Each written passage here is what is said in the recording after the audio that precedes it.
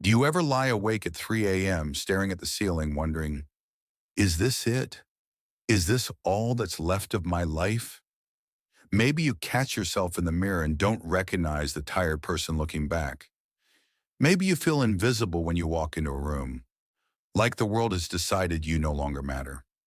Maybe you're terrified that your best years are behind you, and all that awaits is decline, loneliness, and becoming a burden to the people you love. I know that fear, that hollow ache in your chest when you realize you can't do the things you used to do. That panic when you think about the future and see only loss. Loss of health, loss of independence, loss of purpose. This is Margaret, same person, just 18 months apart. On the left, she's 72, fresh from retirement, eyes sparkling with dreams. On the right, well, you can see that spark is gone. But here's what will shock you. Margaret didn't have a stroke. She wasn't diagnosed with dementia. She didn't suffer any major illness.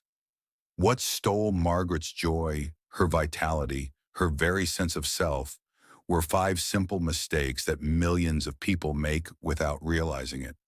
And if you're lying awake at night worried about your future, if you're watching someone you love slowly disappear, if you're terrified that aging means surrendering everything that makes life worth living, these mistakes might be happening right now. But here's what gives me hope. What I need you to understand.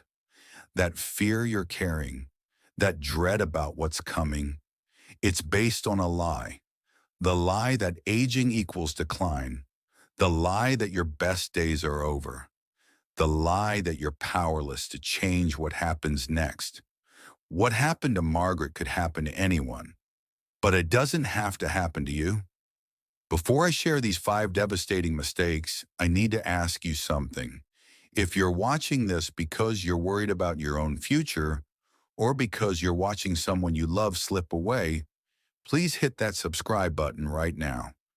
This isn't just another health channel. This is a community of people who refuse to accept that aging means decline. And when you subscribe, you're telling YouTube that this message matters.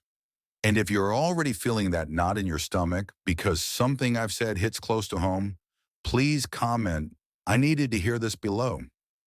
You're not alone in this fear, and your comment helps others know they're not either. Now let me tell you what really happened to Margaret and how you can make sure it never happens to you. Mistake number one, treating your body like it's broken. Meet Robert, 73 years old, built houses for 4 decades with these hands. 6 months ago, Robert fell in his bathroom. Nothing dramatic, just slipped getting out of the shower. But that simple fall changed everything. Broken hip, 3 months of recovery. Now he needs a walker to get around his own house. How did this happen? His daughter asked me. Dad was always so strong. Here's the brutal truth. Robert wasn't weak because he got old. He got weak because he stopped moving. After retirement, Robert figured his body had earned a rest. No more physical labor, no more strain. He spent his days in his recliner, eating whatever was convenient. His muscles didn't gradually fade. They disappeared. His bones didn't slowly weaken. They became brittle. And here's what doctors won't tell you. This happens in months, not years. But here's what gives me hope about Robert's story and why I'm sharing it with you. Robert's accident was a wake-up call. After he healed, he started walking, just to the mailbox at first, then around the block, then he joined a senior fitness class at the community center. This is Robert today. He's not 20 again, but he's stronger than he was 2 years ago. At 73, he's building muscle. At 73, he's preventing falls. At 73, he's proving that your body is never too old to get stronger. The mistake isn't aging. The mistake is treating your body like it's already broken. Your body is not a classic car that belongs in a garage. It's a machine that gets stronger with use. Movement isn't about turning back time. It's about making the time you have left count. I don't care if you're 55 or 85. I don't care if you haven't exercised in 20 years. Your muscles are waiting for you to use them again. Your bones are ready to get stronger. Your heart wants to pump blood to places it hasn't reached in years. Start with 5 minutes. Walk to the end of your driveway. Do wall push-ups while your coffee brews. Move your body like it belongs to someone you love, because it does. Mistake number 2, believing loneliness is normal. This is how Sarah spent her 68th birthday, alone. Dinner for one. No phone calls, no visitors, no celebration. But here's what you need to understand. Sarah wasn't always alone. For decades, she was the friend everyone called. She hosted dinner parties, organized book clubs, remembered everyone's birthdays. So what happened? Sarah made the second devastating mistake. She convinced herself that loneliness was just part of getting older. It started small. After her husband died, Sarah began declining invitations. Everyone has their own problems, she told herself. I don't want to be a burden. When friends called, she kept conversations short. When invitations came, she found excuses. And slowly the invitations stopped coming. Here's what Sarah didn't know. What I wish someone had told her. Loneliness doesn't just hurt your heart. It attacks your body. The research is terrifying. Chronic loneliness increases your risk of death by 50%. It's more dangerous than obesity, more deadly than smoking. Loneliness literally makes your immune system forget how to fight disease. But here's the part that breaks my heart. Sarah thought she was being considerate. She thought withdrawing was the kind thing to do. Listen to me carefully. Your presence in other people's lives is not a burden. It's a gift. When you withdraw, you don't just hurt yourself. You deprive others of your wisdom, your experience, your unique way of seeing the world. This is Sarah, 6 months later. She's at her weekly coffee date with 3 friends. Not old friends, new ones. She met them at a grief support group, then a book club, then a walking group. I thought I was too old to make new friends, she told me. I thought everyone already had enough people in their lives. She was wrong. And if you're telling yourself the same thing, you're wrong too. Connection isn't about bothering people. It's about showing up authentically and letting others show up for you. Even if it's just one coffee date a week, even if it's just one phone call, even if it's just learning to text your grandchildren. Your loneliness isn't protecting anyone. It's stealing from everyone, including you. Mistake number 3, refusing to learn new tricks. Frank was losing his mind. The bank wanted him to use their app. His doctor's office insisted on online scheduling. His grandchildren only communicated through text messages he couldn't figure out how to answer. I didn't sign up for this, he told me, waving his smartphone like it was a weapon. The world changed too fast. I'm too old to learn all this nonsense. So Frank dug in his heels. He drove to the bank instead of using the app. He called the doctor's office repeatedly instead of using the online system.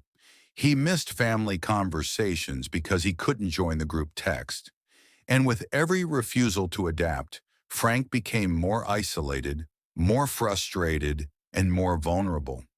But here's what Frank didn't understand, what nobody told him. Learning new technology isn't about keeping up with young people. It's about maintaining your independence. The world didn't change to annoy Frank. It changed to become more convenient, more connected, more accessible, but only if you know how to use it. Frank's breakthrough came when his 12-year-old grandson offered to teach him. "Grandpa," little Tommy said, "I'll show you, but you have to promise not to get mad at the phone. It's not the phone's fault." That kid was wiser than most adults. This is Frank now. He's not a tech expert, but he can video call his family, order groceries online when the weather's bad, and yes, he can even text his grandchildren. I wish I'd learned this years ago, he told me. I thought I was protecting myself from complications, but I was actually making life harder. The world will keep changing whether you participate or not, but your participation determines whether those changes make your life easier or leave you behind. You don't need to master every new gadget, but you need to master the ones that matter to your life. Online banking for convenience, video calling to see family, basic smartphone functions for safety. Start with one thing. Ask for help from someone patient. Remember, the goal isn't to become a tech genius. It's to use technology to maintain the life you want to live. Mistake number 4. Pretending money doesn't matter. Dorothy worked as a nurse for 35 years. She saved every penny she could. When she retired at 65, she felt proud, secure, maybe even a little smug about her financial preparation. 10 years later, Dorothy was living in her daughter's basement, not because she needed care, but because she couldn't afford rent. What happened? Dorothy made the 4th devastating mistake. She managed her retirement money like she was still earning money. Dorothy never adjusted her spending after retirement. She continued her same lifestyle on half the income. She underestimated healthcare costs. When she needed surgery, the bills wiped out her emergency fund. She ignored inflation. Groceries that cost $100 when she retired cost $140 5 years later. Most critically, Dorothy never planned for the possibility that she might live to 95. Here's what nobody talks about. Retirement isn't a 5-year vacation. It's potentially a 30-year life phase that requires different financial rules. Every dollar you spend today is a dollar you won't have when you're 85. Every financial mistake you make now gets amplified over decades. But Dorothy's story has a good ending. She worked with a financial advisor to restructure her remaining savings. She moved to a smaller, more affordable apartment. She learned to budget for a fixed income. I actually feel less stressed now, she told me. When I was overspending, I was always worried about money running out. Now I know exactly where I stand. If you're still working, save more than you think you need. If you're already retired, spend less than you think you can afford. Plan for 30 years, not 10. Expect healthcare costs to increase. Protect yourself from scams. Your future self is counting on the financial decisions you make today. Mistake number 5. Believing your learning days are over. Professor James taught literature for 45 years. Sharp mind, quick wit, could quote Shakespeare from memory. When he retired at 70, he said, "I've filled my brain enough for one lifetime. Now I just want to relax." 2 years later, James was struggling to follow simple conversations. His memory felt fuzzy. His mind, once sharp as a blade, felt dull and cloudy. James made the 5th and perhaps most tragic mistake. He put his brain in retirement along with his body. Your brain isn't a gas tank that gets empty. It's a muscle that gets weak without exercise. When you stop challenging your mind, it doesn't rest. It deteriorates. James thought learning was for young people. He thought growth was for career advancement. He thought purpose was something you left at the office. He was wrong about all of it. This is James today. He's learning woodworking. Every project requires math, problem solving, creativity, and precision. His mind is sharper than it's been in years.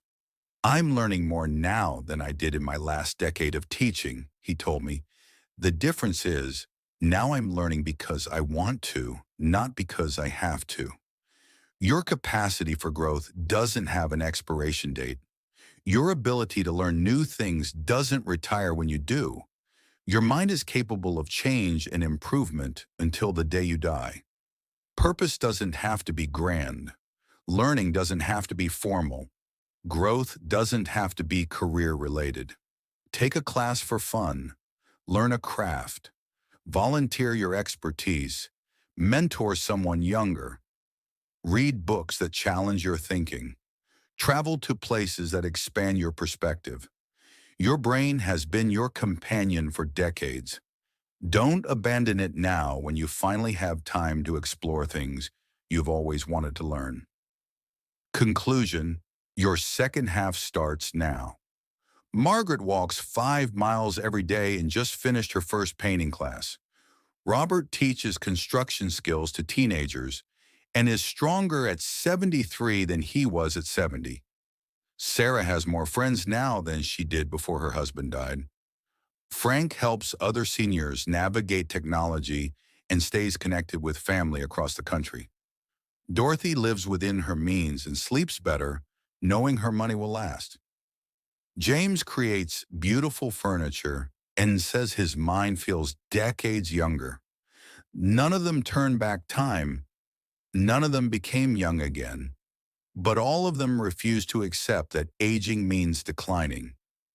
Your story isn't over. Your best chapters might still be unwritten.